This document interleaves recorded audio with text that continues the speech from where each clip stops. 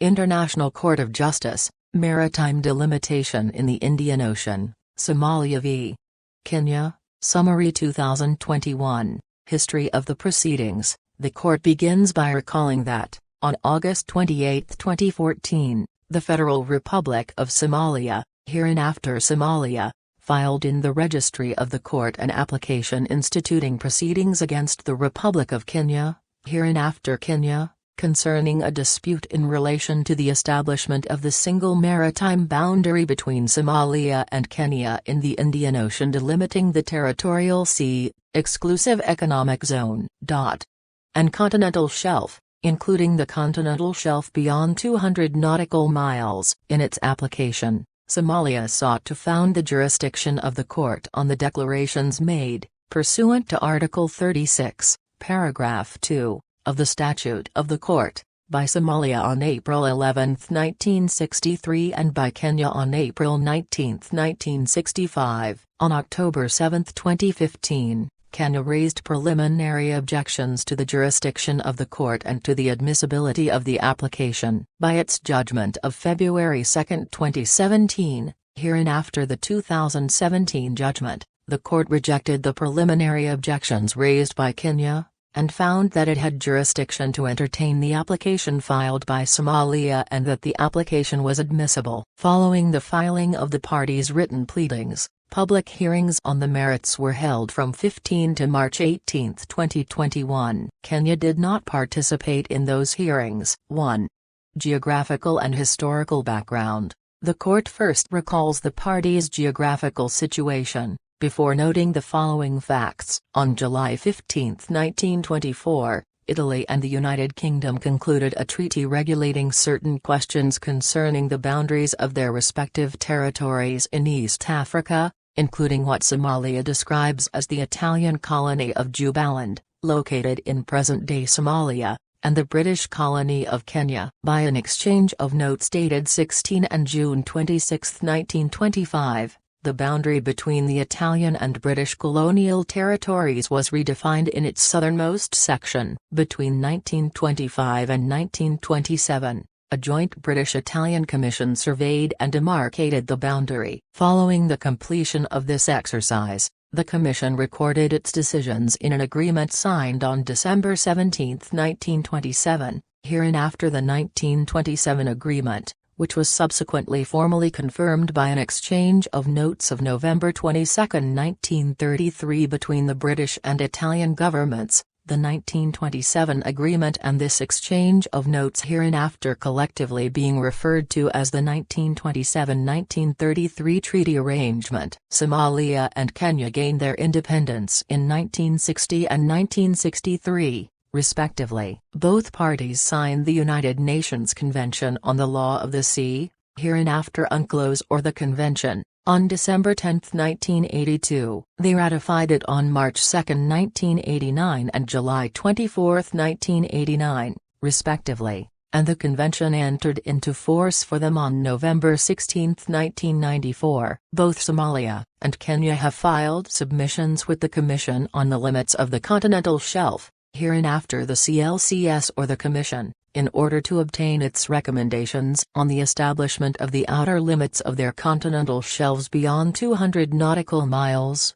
in accordance with Article 76, Paragraph 8, of UNCLOS. While they previously objected to the consideration by the Commission of each other's submissions, these objections were subsequently withdrawn. As of the date of the judgment, the Commission has yet to issue its recommendations in respect of the parties' submissions. 2. Overview of the positions of the parties. The court notes that the parties have adopted fundamentally different approaches to the delimitation of the maritime areas. Somalia argues that no maritime boundary exists between the two states and asks the court to plot a boundary line using the equidistance, special circumstances method, for the delimitation of the territorial sea, and the equidistance, relevant circumstances method, for the maritime areas beyond the territorial sea. In its view, an unadjusted equidistance line throughout all maritime areas achieves the equitable result required by international law. Kenya, for its part, contends that there is already an agreed maritime boundary between the parties, because Somalia has acquiesced to a boundary that follows the parallel of latitude at 18 degrees 3943.2 s, hereinafter the parallel of latitude. Kenya further contends that the parties have considered this to be an equitable delimitation, in light of both the geographical context and regional practice. Kenya submits that, even if the court were to conclude that there is no maritime boundary in place, it should delimit the maritime areas following the parallel of latitude, and that, even if the court were to employ the delimitation methodology suggested by Somalia, the outcome, following adjustment to reach an equitable result, would be a delimitation that follows the parallel of latitude. 3. Whether Somalia has acquiesced to a maritime boundary following the parallel of latitude. The court first ascertains whether there is an agreed maritime boundary between the parties on the basis of acquiescence by Somalia. It recalls that both Kenya and Somalia are parties to UNCLOS. For the delimitation of the territorial sea, Article 15 of the Convention provides for the use of a median line failing agreement between the two states. To the contrary, unless it is necessary by reason of historic title or other special circumstances to delimit the territorial seas of the two states in a different way. The delimitation of the exclusive economic zone and the continental shelf is governed by Article 74, Paragraph 1, and Article 83, Paragraph 1, of the Convention, respectively. They establish that delimitation shall be effected by agreement on the basis of international law. The court reiterates that maritime delimitation between states with opposite or adjacent coasts must be effected by means of an agreement between them, and that, where such an agreement has not been achieved, delimitation should be effected by recourse to a third party possessing the necessary competence. Maritime delimitation cannot be effected unilaterally by either of the states concerned. An agreement establishing a maritime boundary is usually expressed in written form. The court considers, however, that the agreement referred to in Article 15, Article 74, Paragraph 1, and Article 83, Paragraph 1, of the Convention may take other forms as well. The essential question is whether there is a shared understanding between the states concerned regarding their maritime boundaries. The jurisprudence relating to acquiescence and tacit agreement may be of assistance when examining whether there exists an agreement that is not in written form regarding the maritime boundary between two states. In this regard, the court recalls that acquiescence is equivalent to tacit recognition manifested by unilateral conduct which the other party may interpret as consent. If the circumstances are such that the conduct of the other state calls for a response, within a reasonable period, the absence of a reaction may amount to acquiescence. This is based on the principle qui tacit consent hire videtur silo qui debuis cetaci potu isit. In determining whether a state's conduct calls for a response from another state, it is important to consider whether the state has consistently maintained that conduct. In evaluating the absence of a reaction, duration may be a significant factor. The court observes that it has set a high threshold for proof that a maritime boundary has been established by acquiescence or tacit agreement. It has thus emphasized that since the establishment of a permanent maritime boundary is a matter of grave importance, evidence of a tacit legal agreement must be compelling. Acquiescence presupposes clear and consistent acceptance of another state's position. To date, the court has recognized the existence of a tacit agreement delimiting a maritime boundary in only one case, in which the parties had acknowledged in a binding international agreement that a maritime boundary already existed. In the present case, the court uses the criteria it has identified in earlier cases and examines whether there is compelling evidence that Kenya's claim to a maritime boundary at the parallel of latitude was maintained consistently and, consequently, called for a response from Somalia. It then considers whether there is compelling evidence that Somalia clearly and consistently accepted the boundary claimed by Kenya. In this respect, the court notes that Somalia and Kenya present arguments regarding the proclamations by the President of the Republic of Kenya dated February 28, 1979 and June 9, 2005, hereinafter the 1979 proclamation and the 2005 proclamation, Kenya's 2009 submission to the CLCS and their respective domestic laws. They also refer to other conduct of the parties in the period between 1979 and 2014. The court examines these arguments in turn. The court observes that the 1979 and 2005 proclamations both claim a boundary at the parallel of latitude,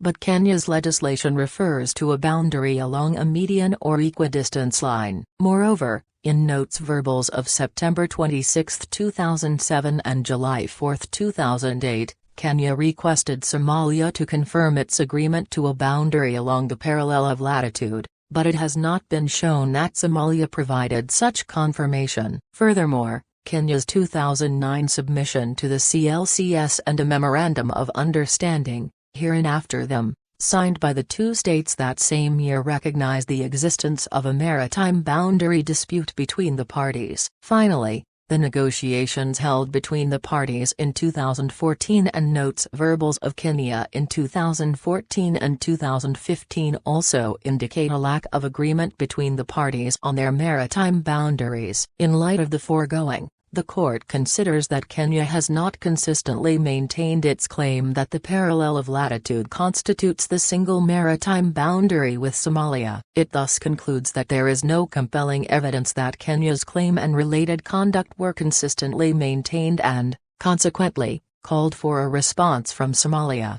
The court also considers that Somalia's conduct between 1979 and 2014 in relation to its maritime boundary with Kenya, in particular its alleged absence of protest against Kenya's claim, does not establish Somalia's clear and consistent acceptance of a maritime boundary at the parallel of latitude. In this regard, the court is of the view that, contrary to what is claimed by Kenya, it cannot be inferred from the parties' positions during the Third United Nations Conference on the Law of the Sea that Somalia rejected equidistance as a possible method of achieving an equitable solution. Moreover, there is no indication that Somalia accepted the boundary claimed by Kenya during the bilateral negotiations held in 1980 and 1981. Furthermore, although Somalia's maritime law of 1988 refers to a boundary for the territorial sea which follows a straight line toward the sea from the land as indicated on the enclosed charts,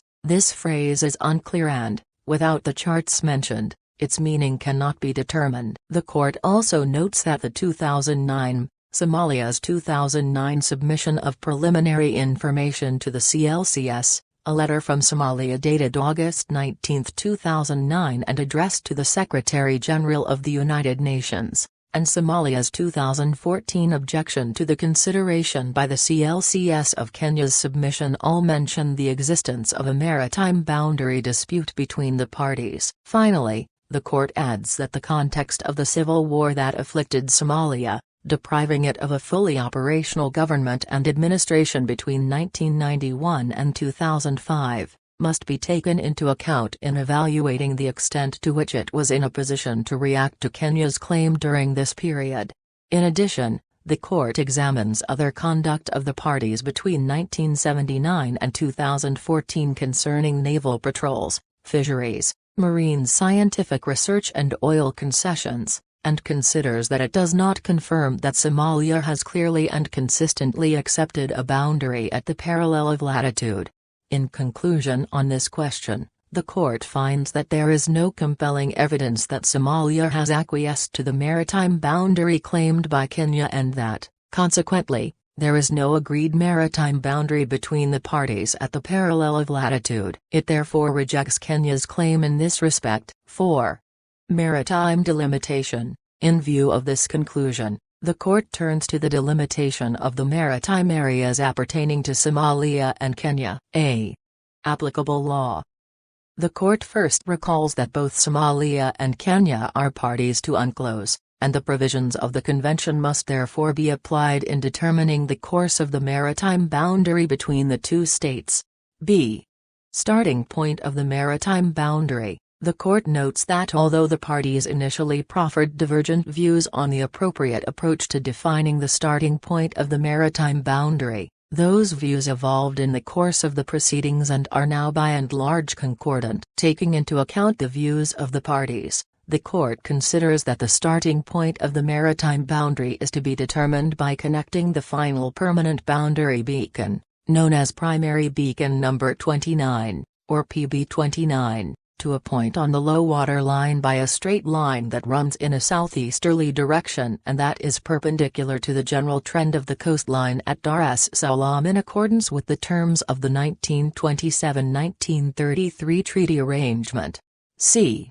Delimitation of the territorial sea. The court then turns to the delimitation of the territorial sea. It notes that Somalia submits that this delimitation is to be effected pursuant to Article 15 of the Convention, whereas Kenya maintains that the maritime boundary in the territorial sea already exists at the parallel of latitude. The court recalls that it has already concluded that no such boundary was agreed between the parties. It also observes that Kenya, in its counter-memorial, referred to the 1927-1933 treaty arrangement and stated that it provided for the establishment of a boundary of the territorial sea. The court notes, however, that neither party asks it to confirm the existence of any segment of a maritime boundary or to delimit the boundary in the territorial sea on the basis of the 1927-1933 treaty arrangement. It recalls that in their legislation concerning the territorial sea neither party has referred to the terms of the 1927-1933 treaty arrangement to indicate the extent of the territorial sea in relation to its adjacent neighbor. The court further notes that the agenda of the meeting between Somalia and Kenya, held on 26 and March 27, 2014, to discuss the maritime boundary between the two countries, covered all maritime zones, including the territorial sea, and that, in a presentation attached to the report on that meeting, Kenya referred to Articles 15, 74 and 83 of the Convention as relevant to maritime delimitation, emphasizing that Article 15 provides for delimitation through a median line for the territorial sea unless there is an agreement to the contrary based on a claim by historical title and/or special circumstances. In light of the above, the court considers it unnecessary to decide whether the 1927-1933 treaty arrangement had as an objective the delimitation of the boundary in the territorial sea. The court recalls that the delimitation methodology is based on the geography of the coasts of the two states concerned, and that a median or equidistance line is constructed using base points appropriate to that geography. It explains that, although in the identification of base points the court will have regard to the proposals of the parties, it need not select a particular base point, even if the parties are in agreement in that respect. If it does not consider that base point to be appropriate, it may select a base point that neither party has proposed. The court further recalls that it has sometimes been led to eliminate the disproportionate effect of small islands by not selecting a base point on such small maritime features. As the court has stated in the past, there may be situations in which the equitableness of an equidistance line depends on the precaution taken to eliminate the disproportionate effect of certain islets, rocks and minor coastal projections. In the circumstances of the present case, the court considers it appropriate to place base points for the construction of the median line solely on solid land on the mainland coasts of the parties. It does not consider it appropriate to place base points on the tiny arid Damasaka islets, which would have a disproportionate impact on the course of the median line in comparison to the size of these features. For similar reasons, nor does the court consider it appropriate to select a base point on a low tide elevation off the southern tip of Ras Kambuni, which is a minor protuberance in Somalia's otherwise relatively straight coastline in the vicinity of the land boundary terminus, which constitutes the starting point for the maritime delimitation. The court then gives the geographic coordinates of the base points that it places on the parties' coasts for the construction of the median line. The resulting line starts from the land boundary terminus and continues out to the point A, at a distance of 12 nautical miles from the coast. That median line is depicted on sketch map number 5. Reproduced in Annex 2 to this summary. The court observes that the course of the median line corresponds closely to that of a line at right angles to the general trend of the coastline, assuming that the 1927–1933 treaty arrangement, in using this phrase, had as an objective to draw a line that continues into the territorial sea, a question that the court need not decide. D. Delimitation of the exclusive economic zone and the continental shelf within 200 nautical miles. 1.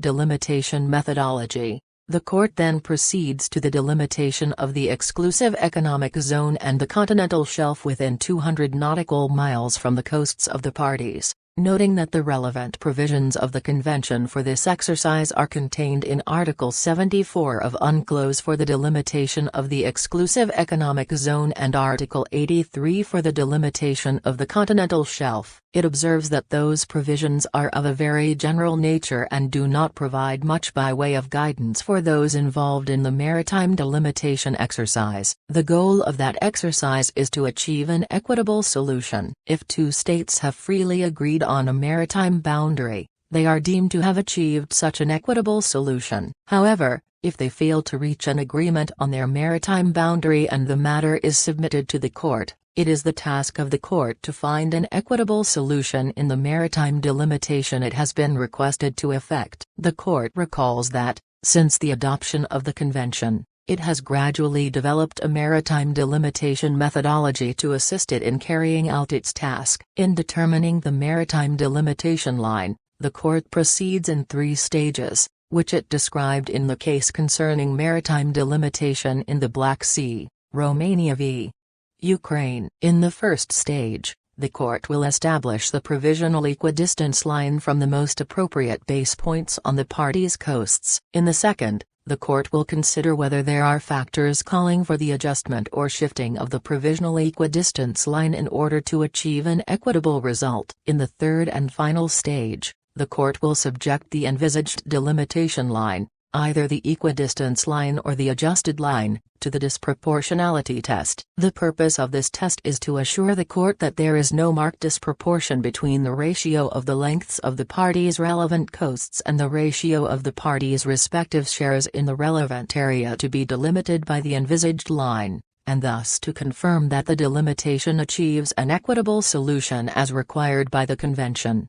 The court observes that the 3-stage methodology is not prescribed by UNCLOS and therefore is not mandatory. It has been developed by the court in its jurisprudence on maritime delimitation as part of its effort to arrive at an equitable solution, as required by Articles 74 and 83 of the Convention. The methodology is based on objective, geographical criteria, while at the same time taking into account any relevant circumstances bearing on the equitableness of the maritime boundary. It has brought predictability to the process of maritime delimitation and has been applied by the court in a number of past cases. The 3-stage methodology for maritime delimitation has also been used by international tribunals. The court will nonetheless abstain from using the 3-stage methodology if there are factors which make the application of the equidistance method inappropriate.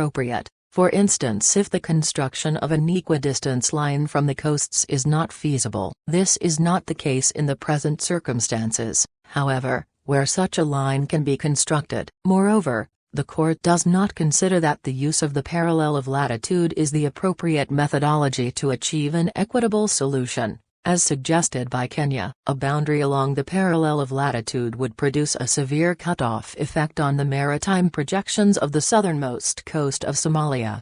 The court therefore sees no reason in the present case to depart from its usual practice of using the 3-stage methodology to establish the maritime boundary between Somalia and Kenya in the exclusive economic zone and on the continental shelf.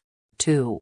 Relevant coasts and relevant area. A. Relevant coasts. The court begins by identifying the relevant coasts of the parties, namely those coasts whose projections overlap. It states that, using radial projections which overlap within 200 nautical miles, it has identified that the relevant coast of Somalia extends for approximately 733 kilometers and that of Kenya for approximately 511 kilometers. B. Relevant area. The court notes that the parties disagree as to the identification of the relevant area. It recalls that it has explained on a number of occasions that the relevant area comprises that part of the maritime space in which the potential entitlements of the parties overlap. The court also recalls its observation that the relevant area cannot extend beyond the area in which the entitlements of both parties overlap. In the present case, the court is of the view that, in the north, the relevant area extends as far as the overlap of the maritime projections of the coast of Kenya and the coast of Somalia. The court considers it appropriate to use the overlap of the 200 nautical mile radial projections from the land boundary terminus, as far as the southern limit of the relevant area is concerned. The court notes that the parties agree that the maritime space south of the boundary between Kenya and Tanzania is not part of the relevant area. The relevant area, as identified by the court for the purpose of delimiting the exclusive economic zone and the continental shelf up to 200 nautical miles from the coasts, measures approximately 212,844 square kilometers. 3.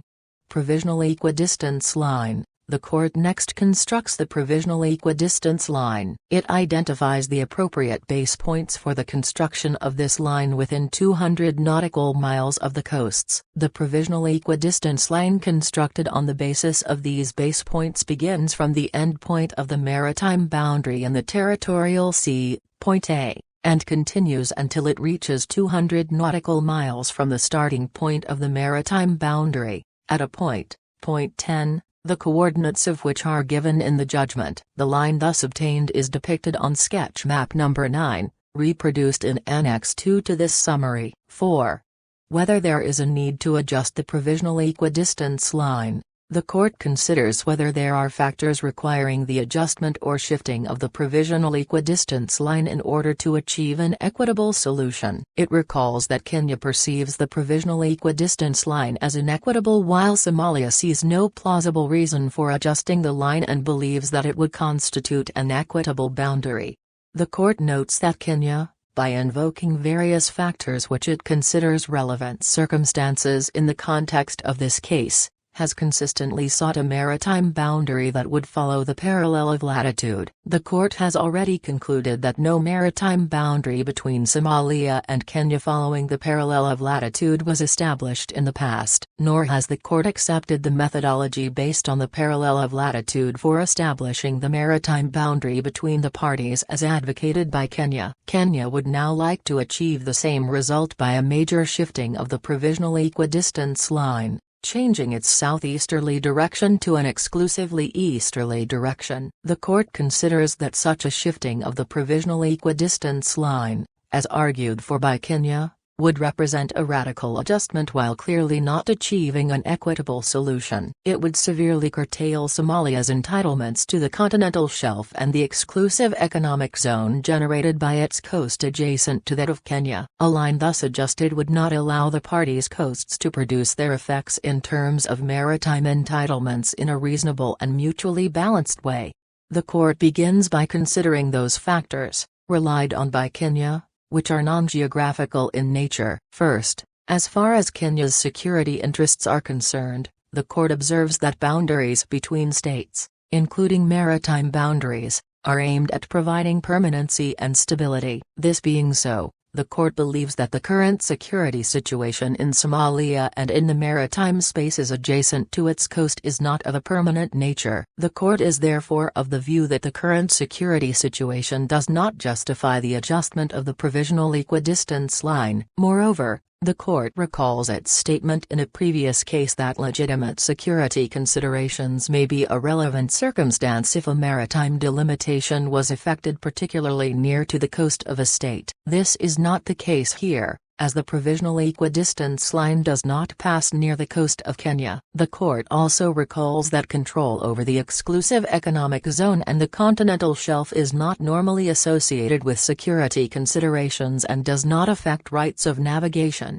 Access for Kenya's fisherfolk to natural resources is another factor which Kenya brought to the attention of the court when arguing for the adjustment of the line. The court explains that such a factor can be taken into account as a relevant circumstance in exceptional cases, in particular if the line would likely entail catastrophic repercussions for the livelihood and economic well-being of the population of the countries concerned. On the basis of the evidence before it, the court is not convinced that the provisional equidistance line would entail such harsh consequences for the population of Kenya in the present case. Moreover, the court has to consider the well-being of the populations on both sides of the delimitation line. In light of the foregoing, the court cannot accept Kenya's argument that the provisional equidistance line would deny Kenya equitable access to fisheries resources that are vital to its population.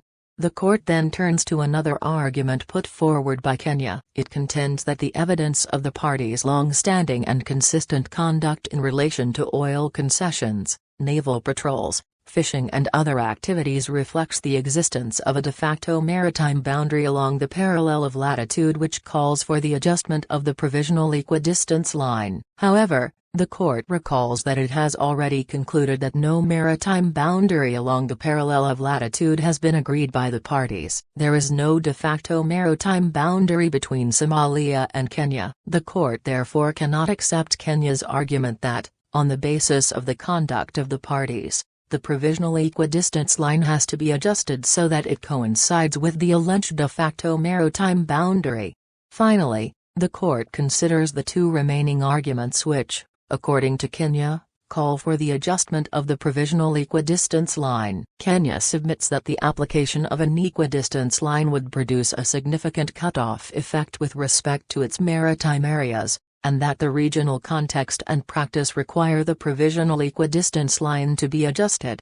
The court recalls that both the ICJ itself and international tribunals have acknowledged that the use of an equidistance line can produce a cutoff effect, particularly where the coastline is characterized by concavity, and that an adjustment of that line might be necessary in order to reach an equitable solution. Nevertheless, it considers that any cutoff effect as a result of the Kenya-Tanzania maritime boundary is not a relevant circumstance. The agreements between Kenya and Tanzania are res inter alios acta and cannot per se affect the maritime boundary between Kenya and Somalia. However, the issue to be considered in the present case is whether the use of an equidistance line produces a cutoff effect for Kenya, not as a result of the agreed boundary between Kenya and Tanzania, but as a result of the configuration of the coastline. The court observes that if the examination of the coastline is limited only to the coasts of Kenya and Somalia,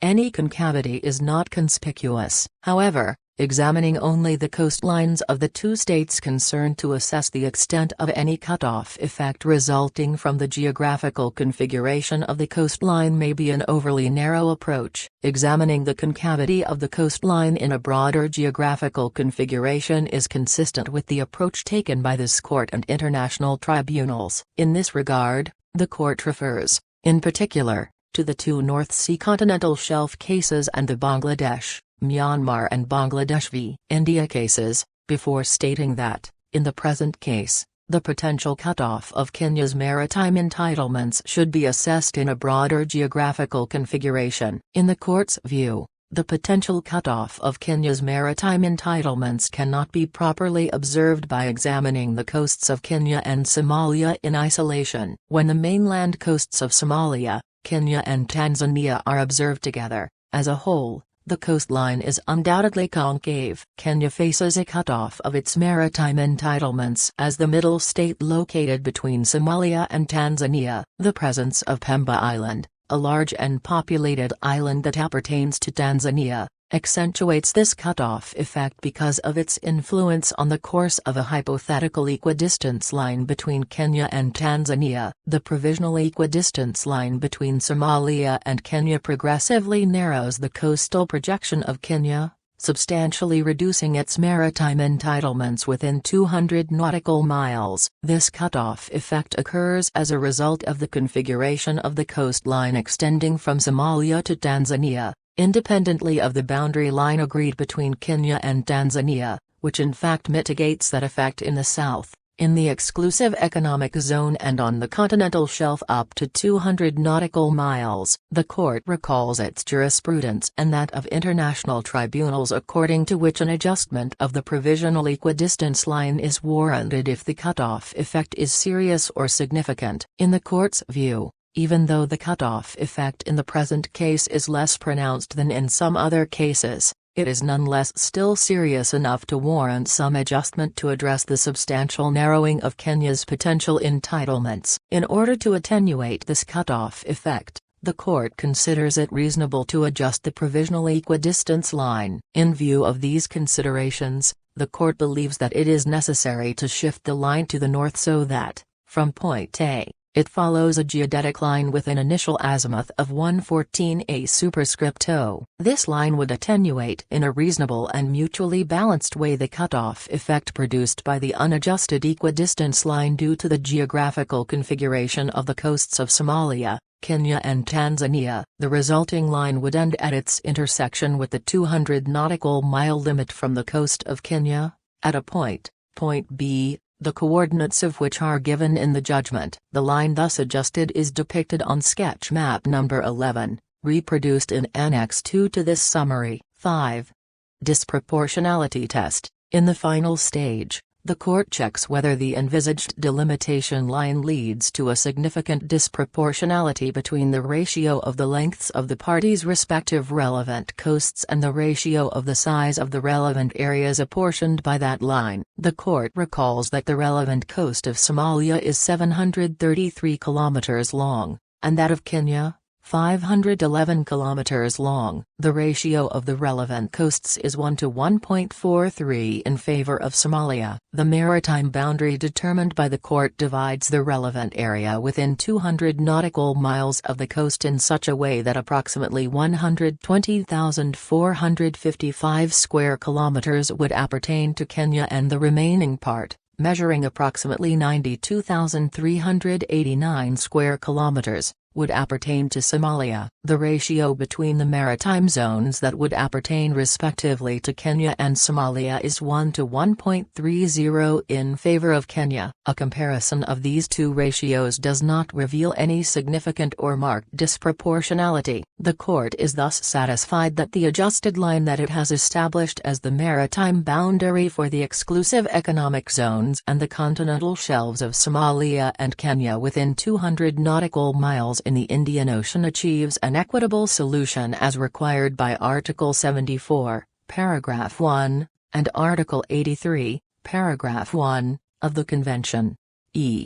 Question of the delimitation of the continental shelf beyond 200 nautical miles. The court turns finally to the question of the delimitation of the continental shelf beyond 200 nautical miles. It first recalls that both parties have asked the court to determine the complete course of the maritime boundary between them, including the continental shelf beyond 200 nautical miles. The court also recalls that any claim of continental shelf rights beyond 200 miles by a state party to UNCLOS must be in accordance with Article 76 of the Convention and reviewed by the Commission on the limits of the continental shelf established thereunder. The court observes that both states have made submissions on the limits of the continental shelf beyond 200 nautical miles to the Commission in accordance with Article 76, Paragraph 8, of UNCLOS. The court notes that both Somalia and Kenya have fulfilled their obligations under Article 76 of the Convention. At the same time, the Commission has yet to consider these submissions and make any recommendations to Somalia and to Kenya on matters related to the establishment of the outer limits of their continental shelves. It is only after such recommendations are made that Somalia and Kenya can establish final and binding outer limits of their continental shelves, in accordance with Article 76, Paragraph 8, of UNCLOS.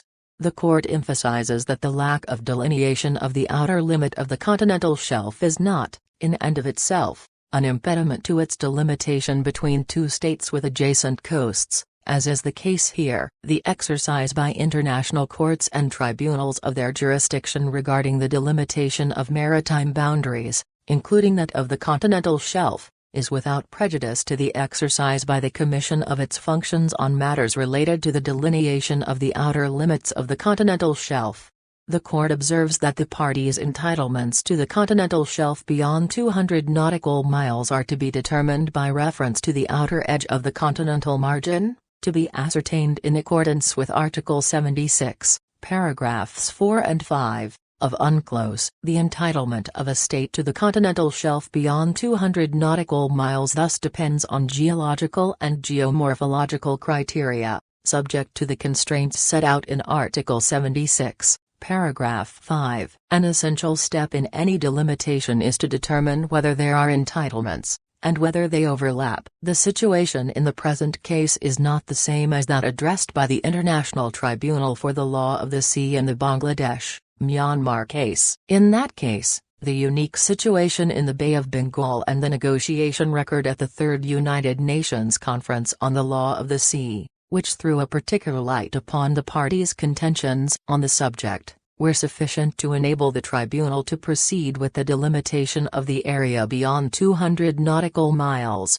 The court notes that in their submissions to the Commission both Somalia and Kenya claim on the basis of scientific evidence a continental shelf beyond 200 nautical miles, and that their claims overlap. In most of the area of overlapping claims beyond 200 nautical miles, both parties claim that their continental shelf extends to a maximum distance of 350 nautical miles. The court further notes that neither party questions the existence of the other party's entitlement to a continental shelf beyond 200 nautical miles or the extent of that claim. Their dispute concerns the boundary delimiting that shelf between them. Both parties in their submissions, A. Somalia in those presented at the close of the hearings and Kenya in its rejoinder A, request the court to delimit the maritime boundary between them in the Indian Ocean up to the outer limit of the continental shelf. For the reasons set out above, the court proceeds to do so, as regards the relevant circumstances invoked by Kenya for the adjustment of the provisional equidistance line.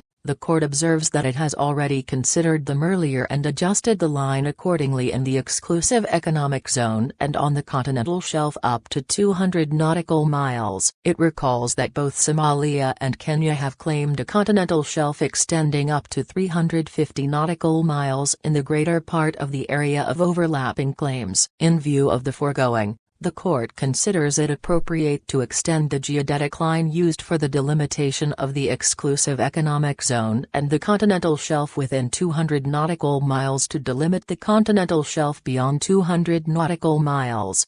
The court therefore concludes that the maritime boundary beyond 200 nautical miles continues along the same geodetic line as the adjusted line within 200 nautical miles until it reaches the outer limits of the parties' continental shelves, which are to be delineated by Somalia and Kenya, respectively, on the basis of the recommendations to be made by the Commission, or until it reaches the area where the rights of third states may be affected. The direction of that line is depicted on sketch map number 12, reproduced in Annex 2 to this summary. The court adds that, depending on the extent of Kenya's entitlement to a continental shelf beyond 200 nautical miles as it may be established in the future on the basis of the Commission's recommendation, the delimitation line might give rise to an area of limited size located beyond 200 nautical miles from the coast of Kenya and within 200 nautical miles from the coast of Somalia, but on the Kenyan side of the delimitation line. Gray area. This possible gray area is depicted on sketch map number 12. Since the existence of this gray area is only a possibility, the court does not consider it necessary, in the circumstances of the present case, to pronounce itself on the legal copyright scheme that would be applicable in that area. The complete course of the maritime boundary is depicted on sketch map number 13, reproduced in Annex 2 to this summary. V. Alleged violations by Kenya of its international obligations. The court first examines the applicant's argument that, by its unilateral actions in the disputed area, Kenya has violated Somalia's sovereignty over the territorial sea and its sovereign rights and jurisdiction in the exclusive economic zone and on the continental shelf. The court recalls that Somalia's submission was made in the context of proceedings regarding a maritime boundary which had never before been settled. and that the present judgment has the effect of fixing the maritime boundary between the parties. The court considers that when maritime claims of states overlap, maritime activities undertaken by a state in an area which is subsequently attributed to another state by a judgment cannot be considered to be in violation of the sovereign rights of the latter if those activities were carried out before the judgment was delivered and if the area concerned was the subject of claims made in good faith by both states. Somalia complains of surveying and drilling activities conducted or authorized by Kenya in areas located entirely or partially north of the equidistance line claimed by Somalia as the maritime boundary. There is no evidence that Kenya's claims over the zone concerned were not made in good faith. Under the circumstances, the court concludes that it has not been established that Kenya's maritime activities, including those that may have been conducted in parts of the disputed area that have now been attributed to Somalia, were in violation of Somalia's sovereignty or its sovereign rights and jurisdiction. The court then turns to the applicant's argument that Kenya's activities were in violation of Article 74, Paragraph 3, and Article 83, Paragraph 3, of UNCLOS. Under these provisions, states with opposite or adjacent coasts that have not reached an agreement on the delimitation of the exclusive economic zone or continental shelf are under an obligation to make every effort.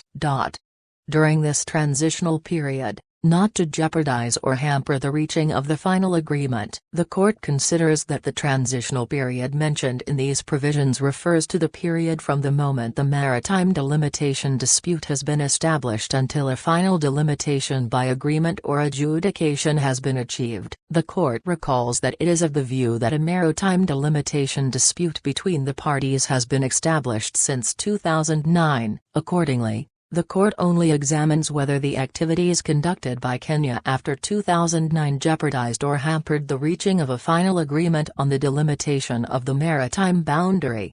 The court observes that Somalia complains of certain activities, including the award of oil concession blocks to private operators and the performance of seismic and other surveys in those blocks, which are of a transitory character. In the court's view, these activities are not of the kind that could lead to permanent physical change in the marine environment, and it has not been established that they had the effect of jeopardizing or hampering the reaching of a final agreement on the delimitation of the maritime boundary. Somalia also complains of certain drilling activities which are of the kind that could lead to permanent physical change in the marine environment. Such activities may alter the status quo between the parties to a maritime dispute and could jeopardize or hamper the reaching of a final agreement. However, the court is of the opinion that, on the basis of the evidence before it, it is not in a position to determine with sufficient certainty that drilling operations that could have led to permanent physical change in the disputed area took place after 2009. The court further notes that, in 2014, the parties engaged in negotiations on maritime delimitation and that, in 2016, Kenya suspended its activities in the disputed area and offered to enter into provisional arrangements with Somalia. In light of these circumstances, the court cannot conclude that the activities carried out by Kenya in the disputed area jeopardized or hampered the reaching of a final agreement on the delimitation of the maritime boundary, in violation of Article 74, Paragraph 3, or Article 83, Paragraph 3, of UNCLOS. For these reasons, the court finds that Kenya has not violated its international obligations through its maritime activities in the disputed area. Since Kenya's international responsibility is not engaged, the court need not examine Somalia's request for reparation. Somalia's submission must therefore be rejected. Operative clause. For these reasons, the court, 1, unanimously, finds that there is no agreed maritime boundary between the Federal Republic of Somalia and the Republic of Kenya that follows the parallel of latitude described in paragraph 35, of the judgment.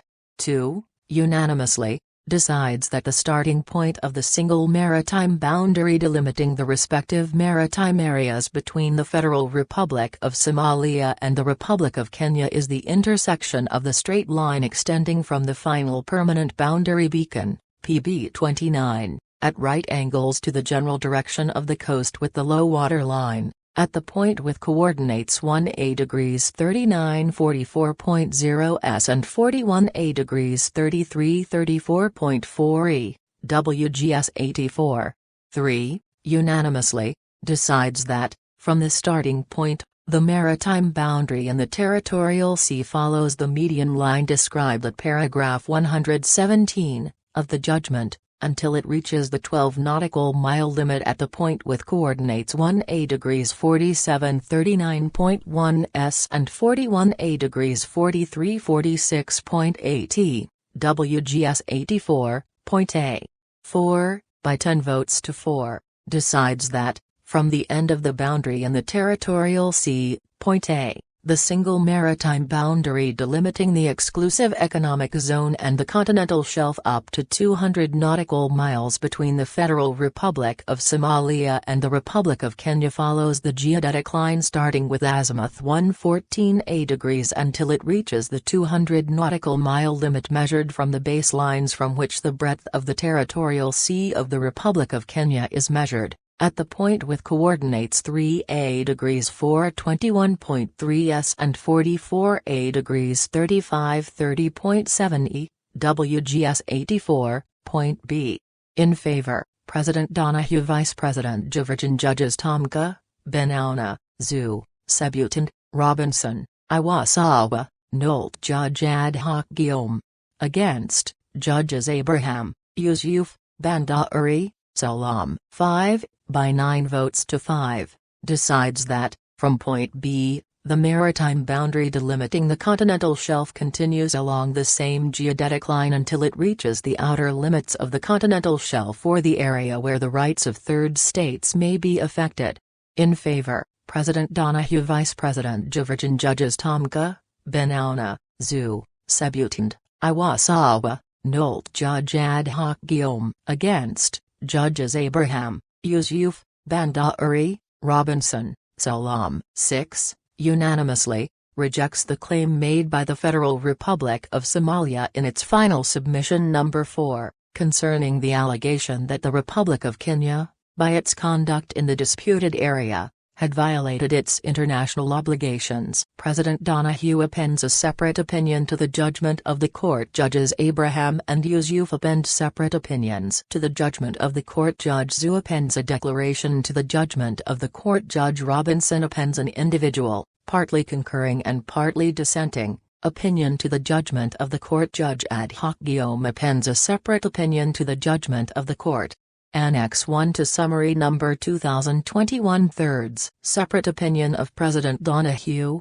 In her separate opinion, President Donahue explains why she has voted in favor of subparagraph 5 of the dispositive paragraph of the judgment, pursuant to which the maritime boundary continues beyond 200 nautical miles until it reaches the outer limits of the continental shelf or the area where the rights of third states may be affected. She recalls that both parties have asked the court to delimit the continental shelf beyond 200 nautical miles and that neither party has questioned the other party's entitlement to outer continental shelf or the other party's claim that, in certain parts of the area in which the parties' claims overlap, such entitlement extends to 350 nautical miles. President Donahue also indicates that she has cast this vote with reluctance, not out of procedural concerns but because the court has scant evidence regarding the existence, shape, extent and continuity of any outer continental shelf that might appertain to the parties. She explains that this case is entirely different from other cases in which a tribunal has delimited the outer continental shelf of two states. President Donahue also makes clear that her doubts about the court's decision to delimit the outer continental shelf do not result from the particular course of the boundary that the court has established. Finally, President Donahue underlines that it cannot be presumed that a line that achieves an equitable delimitation of the 200 nautical mile zones will also result in equitable delimitation of overlapping areas of two states' outer continental shelf, since the juridical basis for entitlement to outer continental shelf is entirely different from the basis for entitlement within 200 nautical miles. Separate opinion of Judge Abraham. Judge Abraham agrees with most of the conclusions reached by the court. He disagrees, however, with the line chosen by the court for the maritime boundary both within and, consequently, beyond 200 nautical miles. Judge Abraham disagrees with the manner in which the court implements the second stage of the three-stage method, regarding the existence of relevant circumstances justifying an adjustment of the provisional equidistance line. Judge Abraham notes that the court's jurisprudence states that, for the court to be able to justify an adjustment, the concavity of the coastline must lie within the area to be delimited. Yet, in his view, there is no conspicuous concavity in the configuration of Somalia's coast to the north of Kenya, or in the way in which the Somalian and Kenyan coastlines extend in broadly the same general direction. Although he accepts that it may be reasonable, in some cases, to take account not only of the coastal configuration of the two states parties to the proceedings, but also that of a third state, Judge Abraham considers that the cutoff effect for Kenya, which results mainly from the configuration of its coast in relation to that of Tanzania to the south, is not sufficiently serious or significant to give rise to an adjustment of the equidistance line, in any event not on the scale of that made by the court. Separate opinion of Judge Yusuf. In his separate opinion, Judge Yusuf explains that he agrees with the decision of the court to reject Kenya's claim that Somalia had acquiesced to a maritime boundary that follows the parallel of latitude. He also points out that the court was correct in denying Kenya's request to adjudge and declare that the maritime boundary shall follow the parallel of latitude. Judge Yusuf expresses his agreement with the application of the median line for the delimitation of the territorial sea, pursuant to Article 15 of UNCLOS. He disagrees, however, with certain aspects of the implementation of that delimitation. In his view, the way in which the base points have been selected for the construction of the median line departs from the provisions of UNCLOS and from the jurisprudence of the court. The selected base points have resulted in a contrived median line, the construction of which appears to have been aimed at producing a line which comes as close as possible to a bisector line, although there is nothing that justifies the use of a bisector for the delimitation of the territorial sea between Somalia and Kenya. With respect to the delimitation of the exclusive economic zone and the continental shelf, Judge Yusuf elucidates his main disagreement with the judgment's approach to that delimitation. His disagreement relates to the manner in which the three-stage methodology has been implemented in the judgment, particularly with regard to the adjustment of the provisional equidistance line through an unprecedented search for a concavity and an elusive cutoff in a so-called broader geographical configuration. In his opinion, taking into account extraneous geographical circumstances that lie beyond the geography and the relevant coastlines of the parties can only be understood as a judicial refashioning of geography, which is neither consistent with the cardinal principle that the land dominates the sea nor with the practice of the court. In addition, Judge Yusuf disagrees with what he considers as the incorrect use of the concept of a serious cutoff in the judgment, which does not correspond to the ordinary meaning of the word cutoff in English and diverges from its use in international jurisprudence regarding maritime delimitation. Judge Yusuf further considers that the use of a geodetic line based on an incorrectly adjusted equidistance line brings into the delimitation of the area beyond 200 nautical miles the same flawed reasoning used for the area within the 200 nautical mile zone. This reasoning does not take into account the fact that any cutoff effect of Kenya's coastal projections in the outer continental shelf could solely be due to its agreement with Tanzania, which should have no legal effect on the delimitation between Somalia and Kenya. Moreover, the incorrect adjustment of the equidistance line gives rise to what the judgment refers to as a possible gray area, which may also lead in the future to a court-created new problem between the parties. Declaration of Judge Zhu. 1. In Judge Zhu's view, this case demonstrates that the question whether the three-stage methodology is suitable for all types of maritime delimitation cases requires review. 2.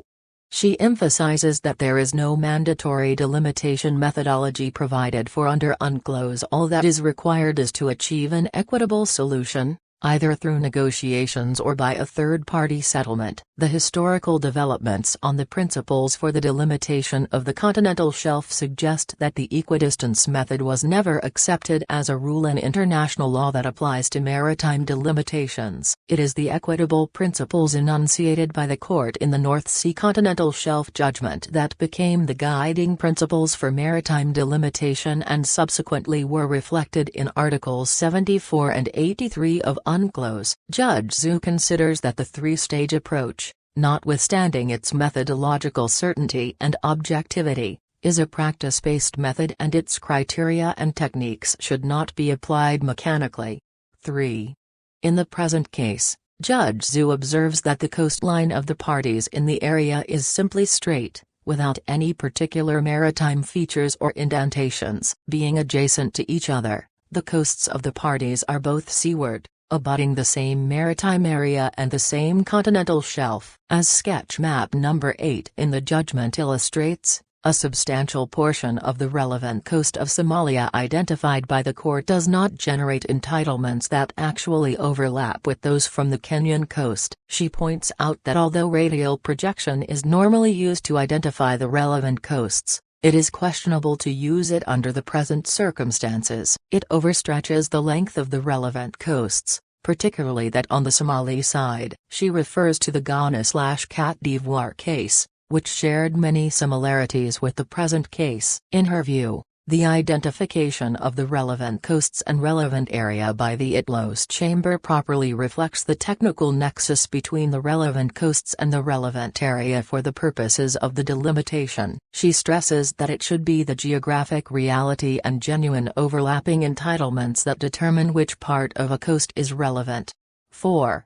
Judge Zhu also takes the view that the relevant area identified by the court does not encompass the entire potential overlapping entitlements of the parties in this case. In her opinion, once the court decides to go ahead with the delimitation of the boundary in the outer continental shelf, even with care, it means that the relevant area should include the continental shelf beyond 200 nautical miles. With the radial projection methodology, it is difficult to proceed to identifying the relevant coasts and the relevant area so that they include the potential overlapping entitlements in the continental shelf beyond 200 nautical miles, as its outer limits are not yet determined. Referring to the Bangladesh, Myanmar and Bangladesh v. India cases, she considers that in the present case, the coasts identified are relevant, irrespective of whether the continental shelf is within 200 nautical miles or beyond. In her view, it is evident that all the overlapping entitlements of the parties could be generated from the coasts of the parties within 200 nautical miles. If frontal projections were used, the relevant coasts of the parties would extend on each side of the land boundary terminus for a 200 nautical mile distance, and the relevant area would extend southeastward perpendicular to the relevant coasts to the limit of 200 nautical miles, and further down to the limit of 350 nautical miles as claimed by Kenya. In the south, the relevant area is confined by the perpendicular line and the boundary agreed between Kenya and Tanzania, and extends along the agreed boundary until the 350 nautical mile limit as claimed by Kenya. To omit the continental shelf beyond 200 nautical miles from the relevant area would not enable the court to conduct a meaningful assessment of the proportion between the ratio of the length of the relevant coasts of the parties and the ratio of the shares of the relevant area apportioned to each of them. Judge Zhu points out that methodological approaches should only serve as a means to achieve an equitable solution, but not be an end in itself. The paramount consideration should be given to the goal of achieving an equitable solution. 5. The second important aspect that Judge Zhu would like to raise is the consideration of the relevant circumstances. She is of the view that maritime delimitation is not just about the sharing of a maritime area. The underlying interests often rest at the heart of the dispute between the parties. When the equidistance method alone cannot fulfill the objective of achieving an equitable solution in all circumstances, the equitable principles should come into play. In essence, the second stage is a crucial means to ensure the equitableness of the final result of the delimitation. If anything, this should be the strength of the three-stage approach. 6. Judge Zhu considers that what circumstance is relevant and what is not must be appreciated by the court in the context of a specific case. They cannot be predetermined or preset by certain criteria. In her opinion, the tendency of attaching legal relevance primarily to geographical circumstances, if continued, would likely render the second stage into a purely geometrical exercise, with a few fixed geophysical factors for the court to consider, thus reducing the discretion of the court in its appreciation of the situation. Eventually, the three-stage approach would in effect evolve into a substitute for the equidistance method, and the equitable principles would vanish from the process of delimitation. The fear that the boundless proliferation of relevant circumstances would open up a risk of assimilating judgments based on law to those rendered ex equo et bono, in her view, is unfounded, because the notion of relevant circumstances itself is judicially developed and applied. 7. In the present case, Judge Zhu fully concurs with the reasoning of the court with regard to the geographical circumstances in the region concerned and the cutoff effect produced by the equidistance line, but she is not contented with the way in which the adjustment is done. She notes that the court does not provide much explanation to the adjustment of the provisional equidistance line, and moves on to the last stage to verify the result. On the face of the figures calculated by the court, no one can seriously challenge its conclusion. However, if the identification of the relevant coasts follows a different method, the proportionality of the ratio of the coastal lengths of the parties and the ratio of the maritime areas apportioned to the parties respectively would be different. 8. Judge Zhu observes that the distinct status and role of the disproportionality test is sound in theory, but in practice it may not play that role, as is demonstrated in this case, when geographical factors are the only relevant circumstances that call for adjustment of the equidistance line. Proportionality between the two ratios would be the primary consideration for the court to rely on. Once that is done, Judge Zhu wonders how much room is left for the disproportionality test to give its checking effect. Individual opinion, partly concurring and partly dissenting, of Judge Robinson. 1. Judge Robinson's opinion addresses 4 areas of the court's judgment, namely, the delimitation of the continental shelf beyond 200 nautical miles, the question of a concavity, the 1927–1933 treaty arrangement and acquiescence, the delimitation of the continental shelf beyond 200 nautical miles. 2. In relation to the delimitation of the continental shelf beyond 200 nautical miles, Judge Robinson disagrees with the finding in paragraph 214(5) of the judgment. He argues that the operative paragraph makes clear that the court has delimited the continental shelf beyond 200 nautical miles. However, in his view, the court was not in a position to carry out such a delimitation. He gives several reasons for this position. 3.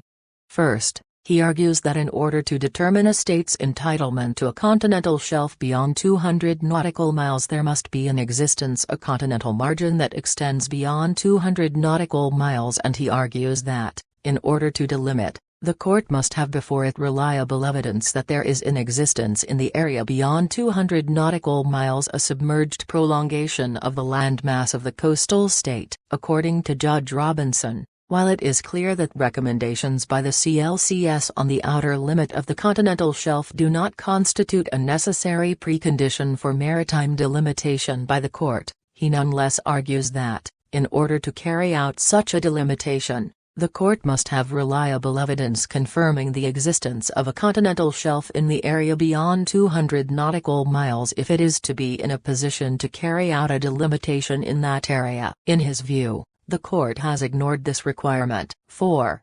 He argues that in this case, the court has proceeded to delimit the parties' continental shelf in the area beyond 200 nautical miles without any convincing evidence as to the existence of a shelf beyond 200 nautical miles. Judge Robinson contends that the court's judgment is bereft of even a scintilla of reliable evidence that the geological and geomorphological criteria, which the judgment itself refers to in paragraph 193 as being essential in the determination of state entitlements, have been met. According to Judge Robinson, The court comes closest to identifying evidence of the existence of a continental shelf beyond 200 nautical miles when it noted, in paragraph 194, that in their submissions to the Commission both Somalia and Kenya claim on the basis of scientific evidence a continental shelf beyond 200 nautical miles and that their claims overlap. However, according to Judge Robinson, this observation does not provide a sufficient basis for the delimitation because nowhere in the judgment is there any reference to the content of this scientific evidence, and more importantly, nowhere in the judgment is there any analysis of that content to show that the court is satisfied that the necessary geological and geomorphological criteria have been met for the existence of a continental shelf beyond 200 nautical miles. In the circumstances, he contends that it appears that the principal factors that explain the court's decision to delimit the continental shelf beyond 200 nautical miles are the criterion of the 350 nautical mile distance as the outer limit of the continental shelf and the volition of the parties to have the court effect a delimitation. However, he argues that, in delimiting the continental shelf beyond 200 nautical miles, geological and geomorphological factors supersede distance as the criteria for determining a state's entitlement to that shelf, thereby rendering less consequential the request of the parties to have the court effect a delimitation in that area. Consequently, he concludes that the lack of any evidence of geological and geomorphological data to substantiate the existence of a continental shelf, and thus, of the entitlement of the parties to a continental shelf beyond 200 nautical miles, undermines the validity of the finding in paragraph 214(5), which is the principal conclusion of the court in the part of its judgment devoted to the delimitation of the continental shelf beyond 200 nautical miles. 5.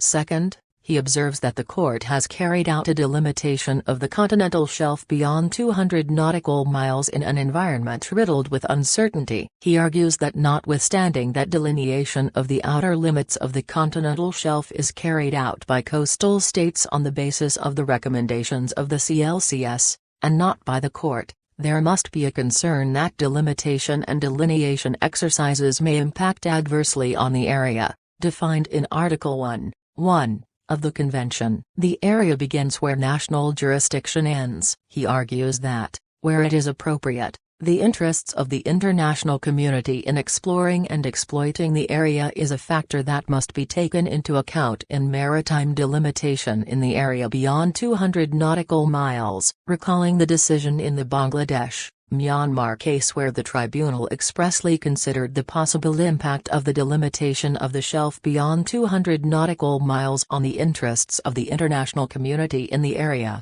and determined that those interests were not affected. He argues that it would seem that in the instant case, a statement similar to that of the tribunal in Bangladesh, Myanmar could not be made by the court, because the continental shelf that is the subject of delimitation could possibly extend to the area. 6. Finally, he criticizes the judgment on the basis that in the delimitation of the continental shelf beyond 200 nautical miles, the judgment is silent on the question whether the methodology the court has used produces an equitable solution. He considers this a significant omission because it raises serious questions as to whether the delimitation, as required by the Convention, has been carried out in order to achieve an equitable solution. Concavity. 7. Turning to the question of a concavity, Judge Robinson argues that case law is generally unhelpful in identifying the minimum features for a concavity to result in the equidistance line producing a cutoff effect that requires its adjustment in order to achieve an equitable solution. In his view, it is not any and every geographical feature that will be sufficient to constitute a relevant circumstance. It is only a geographical feature meeting the minimum requirement for a concavity and producing a cutoff effect that will constitute a relevant circumstance requiring adjustment of the provisional equidistance line. 8. According to Judge Robinson, in the instant case, there must be a doubt as to whether the curvature in the Kenyan coast or, for that matter, the curvature in the Somali, Kenyan and Tanzanian coasts has the degree of concavity sufficient to result in the equidistance line producing a cutoff effect, requiring an adjustment of that line. In his view, The greater part of the Kenyan coastline may fairly be described as a slight curvature. However, he argues that since, in the result, the court has held this curvature to be a concavity, the reasonable doubt that exists as to whether the feature constitutes a concavity means that any cutoff resulting would only warrant the slightest adjustment of the equidistance line, because that line does not in any significant way prevent Kenya from achieving its maximum maritime area in accordance with international law. In fact, he argues that the better view might very well be that no adjustment is warranted since the cutoff is neither serious nor severe. 9.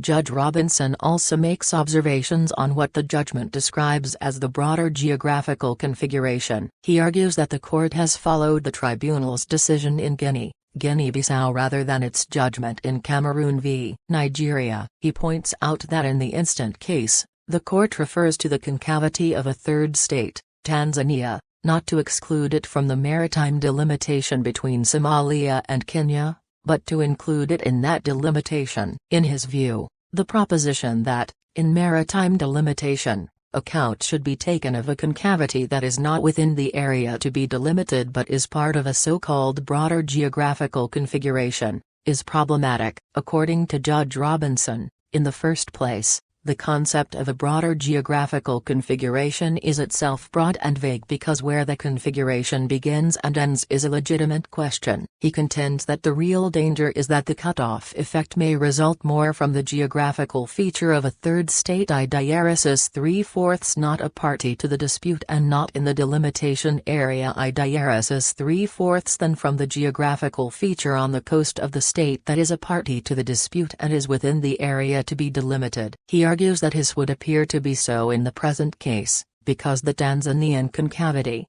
that is not within the area to be delimited, appears more pronounced than the Kenyan concavity, that is within the area to be delimited. According to him, the odd result is a refashioning of geography whereby an adjustment is made to the equidistance line, more on account of a concavity in the Tanzanian coastline than the concavity in the Kenyan coastline Idiaresis 3/4 a result that is wholly inconsistent with the court's finding in Cameroon v. Nigeria that, in order to qualify as a relevant circumstance for the purpose of adjusting the equidistance line, the concavity must be within the area to be delimited. He concludes that Somalia would appear to have been disadvantaged by reason of a concavity that is not within the area to be delimited Idiaresis 3/4 an outcome that can scarcely be described as equitable. The status of the 1927–1933 treaty arrangement. 10. Judge Robinson argues that there is a question as to whether the court has interpreted and applied the 1927–1933 treaty arrangement. According to Judge Robinson, an examination of paragraphs 109 and 118 of the judgment reveals that the court has interpreted the treaty arrangement. He observes that the court could not have concluded that there was a close correspondence between the median line as described in paragraph 117 of the judgment and the course of a line at right angles to the general trend of the coastline without examining and interpreting that phrase, which is to be found in the 1927–1933 treaty arrangement. However, he acknowledges that it might also be argued that in this paragraph the court has not only interpreted the colonial treaty but also applied it. However, this is not the view that he shares, but he argues that it cannot be ruled out of consideration. His own position is that paragraph 214(2)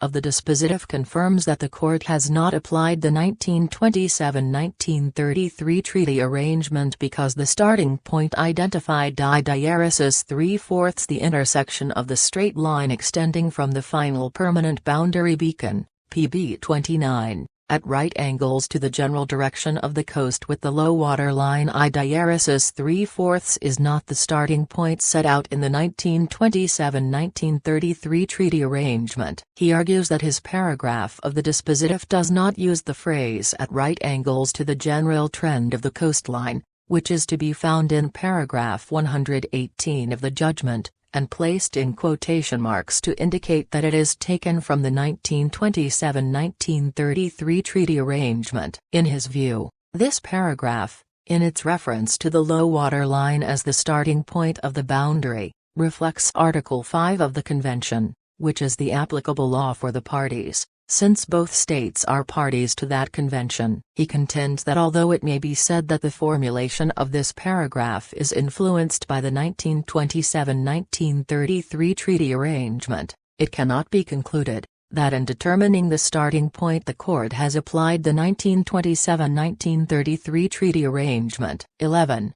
Judge Robinson observes that there must be an explanation as to how the colonial treaties between Italy and the United Kingdom become relevant to the dispute between Somalia and Kenya. According to him, it cannot even be maintained that there is a link between the treaty arrangement and the dispute on the basis that both cover the same geographical area, because the treaties establish a land boundary while the dispute between the parties relates to the sea. However, even if both the treaties and the dispute covered the same geographical area, that would not provide a sufficient link with Somalia and Kenya, states that were not parties to the 1927-1933 treaty arrangement. In his view, the closest that the judgment comes to discussing the relationship between the 1927-1933 treaty arrangement and the dispute is in paragraph 32 of the judgment. He states that in that paragraph, after outlining the various instruments described as the 1927-1933 treaty arrangement between Italy and the United Kingdom,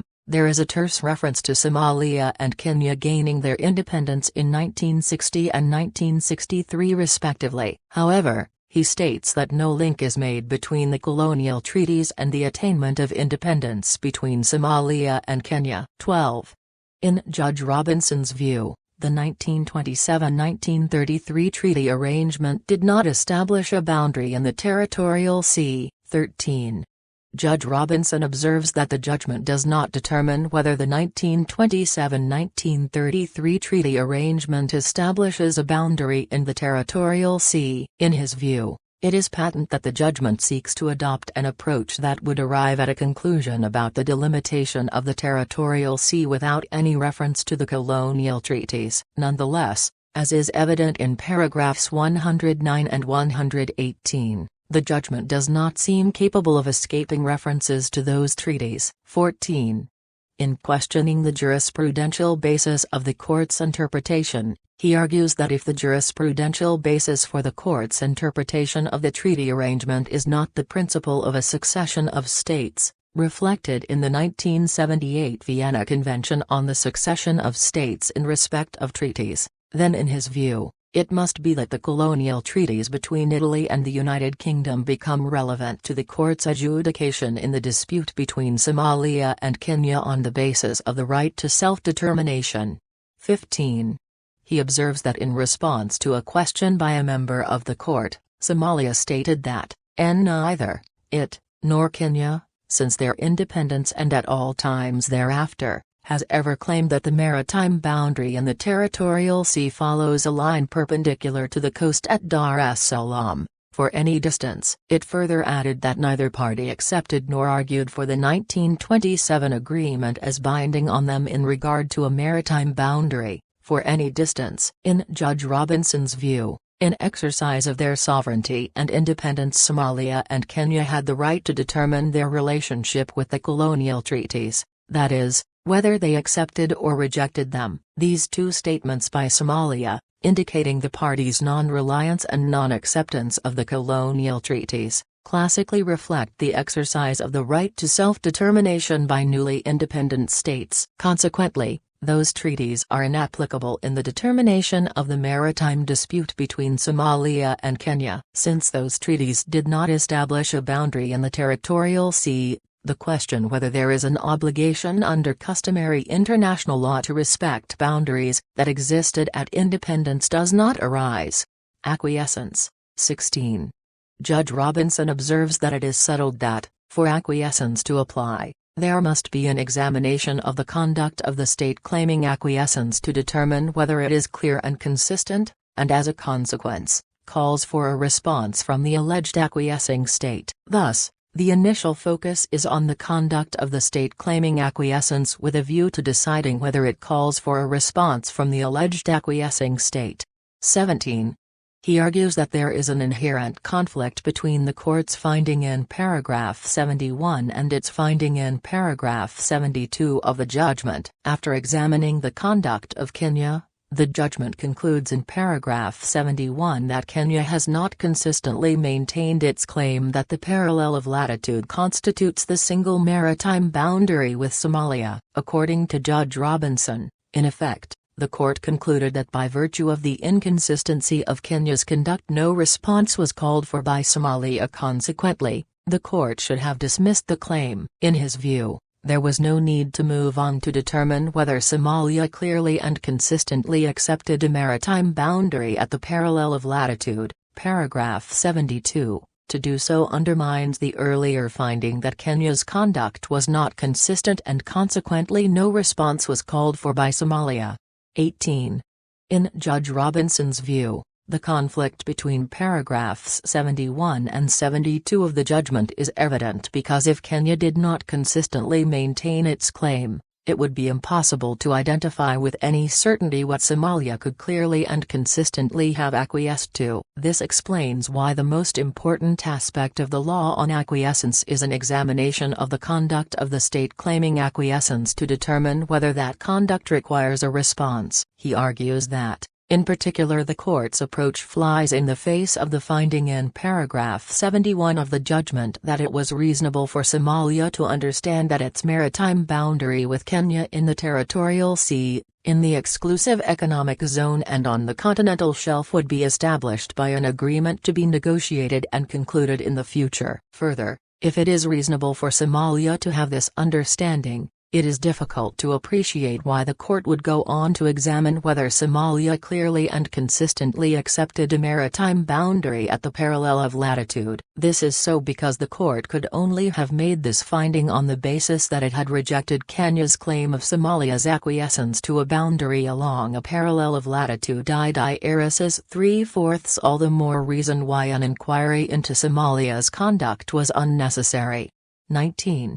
Judge Robinson observes that, having carried out its examination of Somalia's conduct, the court concludes that the conduct of Somalia between 1979 and 2014 did not demonstrate Somalia's clear and consistent acceptance of a maritime boundary at the parallel of latitude, paragraph 80. In his view, an examination of the logic of this conclusion shows why the court's approach is questionable. He argues that, had the finding been that there was evidence demonstrating Somalia's clear and consistent acceptance of a maritime boundary along a parallel of latitude, it would be impossible to reconcile that finding with the earlier conclusion in paragraph 71 of the judgment, not only that Kenya's conduct did not require a response from Somalia, but also that it was reasonable for Somalia to expect that on the basis of Kenya's conduct its maritime boundary with that state would be established on the basis of agreement.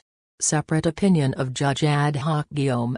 Judge Ad Hoc Guillaume supports the court's decision, but disagrees with certain points of its reasoning. First, he agrees with the court's finding that Somalia did not acquiesce to Kenya's positions concerning the delimitation of its territorial sea and its continental shelf beyond 200 nautical miles along a parallel of latitude. In his view, however, the situation is different as regards the exclusive economic zone. Indeed, he recalls that Kenya claimed this parallel of latitude in 1979 and 2005 by presidential proclamations circulated to all United Nations member states, and that Somalia did not object until 2009. He observes that it may nonetheless be asked whether, in matters of such importance, circulation of this kind is sufficient to give rise to a tacit agreement by acquiescence, or whether a state is required to notify its neighbor of its claims directly. He also notes that, prior to 2018, both in its negotiations with Somalia and before the court, Kenya never claimed that Somalia had acquiesced, and it behaved as if the boundary of the exclusive economic zone had yet to be established. It is for these reasons that Judge Ad Hoc Guillaume ultimately supported the court's solution on this point. In addition, like the court, Judge Ad Hoc Guillaume considers that, as successor states, Kenya and Somalia are bound by the three agreements concluded between Italy and the United Kingdom, the former colonial powers, in 1924, 1927 and 1933, which fixed the boundary between them. He notes that these agreements were not abrogated in whole or in part by either express or tacit agreement between the parties. Judge ad hoc Guillaume is of the opinion that it was therefore incumbent on the court to apply them in accordance with Article 15 of the United Nations Convention on the Law of the Sea. Accordingly, the court should have first determined whether these agreements delimited the territorial sea between the parties up to 12 nautical miles from the coastline. Judge ad hoc Guillaume was thus unable to support the court's reasoning that it is unnecessary to decide whether the 1927-1933 treaty arrangement had as an objective the delimitation of the boundary in the territorial sea. Judgement, paragraph 109. He considers that this was the case, and that, consequently, the delimitation line is a straight line running in a southeasterly direction at right angles to the general direction of the coast at Dar es Salaam. Judge ad hoc Guillaume nonetheless observes that the delimitation line adopted by the court is virtually the same as the line fixed under the 1927-1933 treaty arrangement. He therefore voted in favor of the coordinates set out in the third sub-paragraph of the judgment's operative clause, while disagreeing with the reasoning adopted.